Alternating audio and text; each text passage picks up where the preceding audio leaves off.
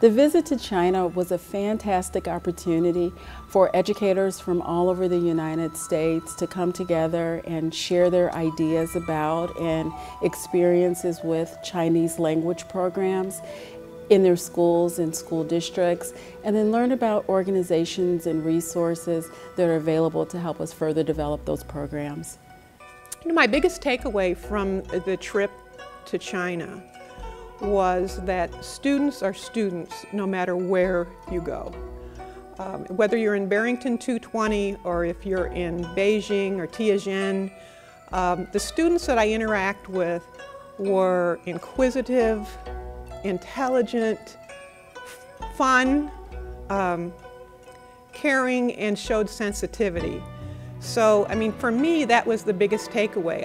I enjoyed the visits to the school and the ability to be able to come away with kind of that general reaffirmation of what I probably already knew, but I got to live it up close and personal.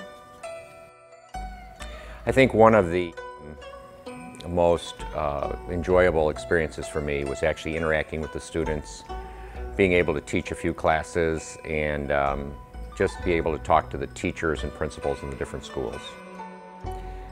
The Chinese students have had a great sense of humor. It was interesting to try to see if they would understand my sense of humor. Okay, that's really very good. I'd like to try just one more time, and then we'll call it a day. 1, 2, 3, go. There she was, just a-walking down the street. There she was, walking down the street. Singing do-I-diddy-diddy-dum diddy-do. Singing look good, look good, look bad, look bad, look good, look bad, look good, look bad. Why-da-do-da-da-da-da. One of the best experiences of the trip was visiting the local schools. One of the things that I wasn't surprised about, but it was really cool to see, is that kids are kids throughout the world, and that the students in Beijing, Tianjin, and throughout China share the same hopes and dreams that the kids at Barrington High School share. My favorite story about my trip to China was really inspired by Miss Guzman's first grade class at Grove Avenue School. They sent me a list of questions while I was in China. They wanted to know if I was having fun, if I understood the language, if I could read the directions, if I'd climbed the Great Wall, and how long did it take me to get there. And one student asked if I was sharing pictures of the Grove Avenue students with the students in China.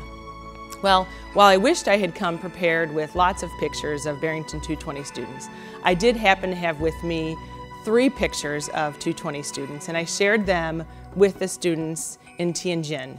And it was a lot of fun to see them react. They were so curious and interested in learning more about the children of the United States. Education is all about opening doors and creating opportunities. And teaching another language is probably one of the best ways to create opportunities and open doors for our kids. 蓝色，蓝色，很好，谢谢，请回去，很好。 What I was most impressed with from the trip to China was the youth. That was the focus of our trip. They had open hearts and open minds. They were interested in partnering with us, interested in understanding us. The time is now to connect and create those opportunities and those partnerships for our kids. I'm excited to be a part of that. How you guys doing? We're doing great. What do you think? Beautiful. What is this whole thing? This is the Forbidden City. We've gone through Palace 1, Palace 2, and we're on to Palace 3. Of course, I did have a personal memorable experience on the trip. Part of our official agenda was to go to the Forbidden City, and I seemed to be looking up when I should have been looking down, and there was a hole in the ground, and well, I just hit the deck. I hit the deck with my hand and my teeth. I mean, those are the parts of my body that touch the ground. Go ahead, Cindy. This is Cindy in China. It's been a very eventful first day. Now I'm on my way to The dentist, yes. Now say hello to your kids. Yes, this is your mother who has trouble staying on her feet. Yes. And so all I wanted for Christmas was my 3 front teeth. So I now have 3 new front teeth, and I'm still healing with my hand.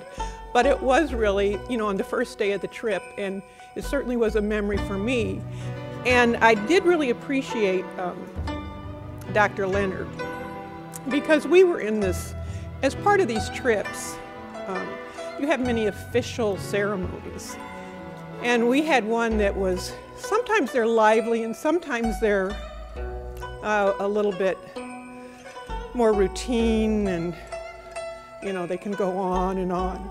And so Dr. Leonard got up and was speaking, and he was introducing his team, and he introduced me and said, and here is our assistant superintendent who can't stay on her feet. And then he started to sing,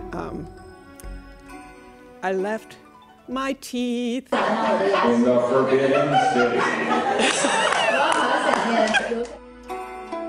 It was really a classic moment, because everybody in the audience did need a little comic relief, and he provided that. Obviously, being able to see the Great Wall of China, a magnificent structure, was very moving. Dr. Leonard and I had a choice of the easy or the difficult path. We chose the difficult, the battling pass.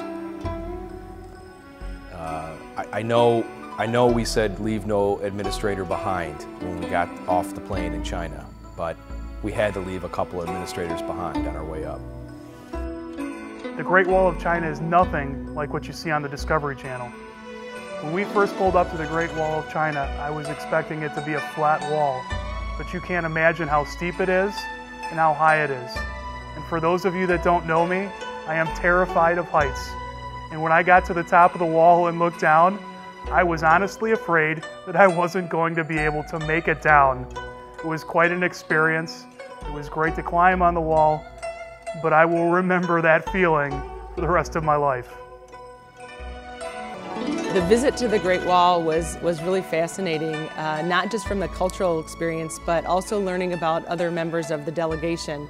I think the first 2 to the top were Mr. Carlson and Dr. Leonard.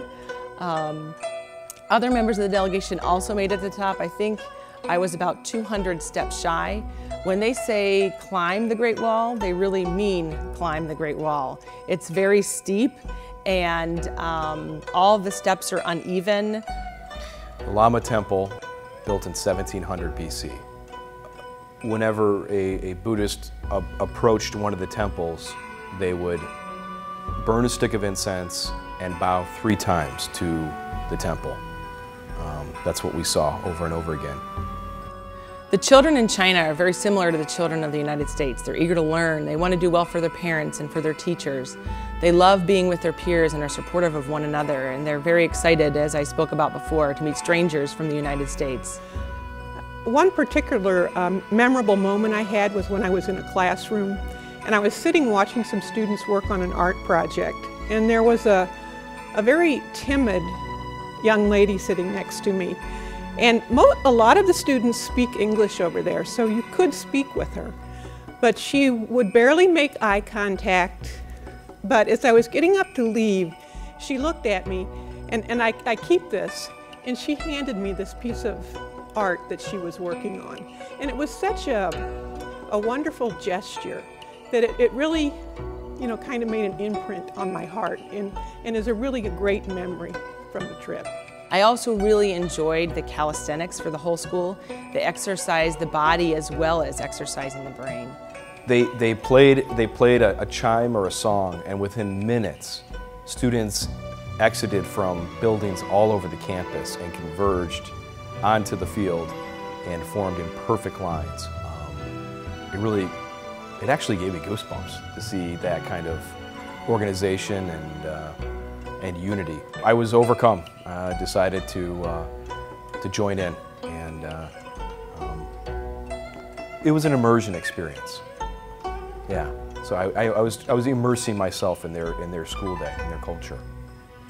They were following the guy next to me, but The students were all fighting back laughter.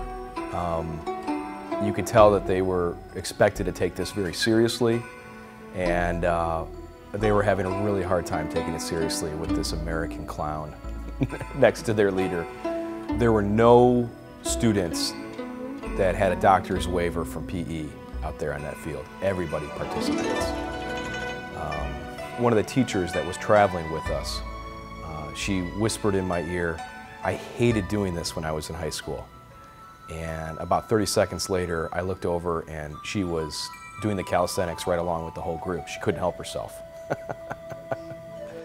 The class sizes at the school were a little bit larger than they are in the United States and here in Barrington 220, but the teachers teach fewer classes. I thought that was very interesting. 上课。同学们好。老师们好。好，孩子们，让我们转个身去，向我们的美国客人问声好，来。欢迎我们的客人来加入我们的课堂。好，回过头来吧。We were all impressed with the fine arts programming in the schools that we visited. I think one misconception we had was that their curriculum would be very narrow, and we saw beautiful song, dance, and fine arts. I guess that sometimes when you make visits, it dispels myths or stereotypes that you have. And I thought when I would visit Chinese schools that I would not see much in the way of arts, of the arts. And the schools that we visited, that is not the case. We saw a strong focus on the arts, and it almost caused me to reflect that at the time the arts are being focused upon in China, in the American system, you know, we're faced with so many economic decisions which can or cannot affect the arts, which I think affect students' creativity, that it really made me pause and think about policy issues on a broader scale. I was actually surprised by the amount of creativity in the elementary school, for example. The dancing, the singing, the folk orchestra, very similar to what you might find in the United States, but it doesn't all come from the school itself. So I thought it was very interesting to see that the school itself had all of these fine arts available, even at a very young age. However, I also learned that those students that are very serious about their art take classes outside of the classroom as well. So that's very similar to the United States. And it was a great affirmation for me. It helped affirm what I already knew about Barrington 220, which is that we are absolutely on the cutting edge when it comes to helping students develop their problem solving and critical thinking skills. Those are exactly the skills that they'll need to be competitive in the 21st century and in a global society. The culture and the things that you see when you go to China are so much different than the United States. It provokes ideas for us to think about why we do what we do and how we possibly could change those things. And just to leave you with a thought, my mother always said that you can't truly know someone until you have walked in their shoes, and I just am very fortunate to have walked in the shoes of the children of China. Thank you.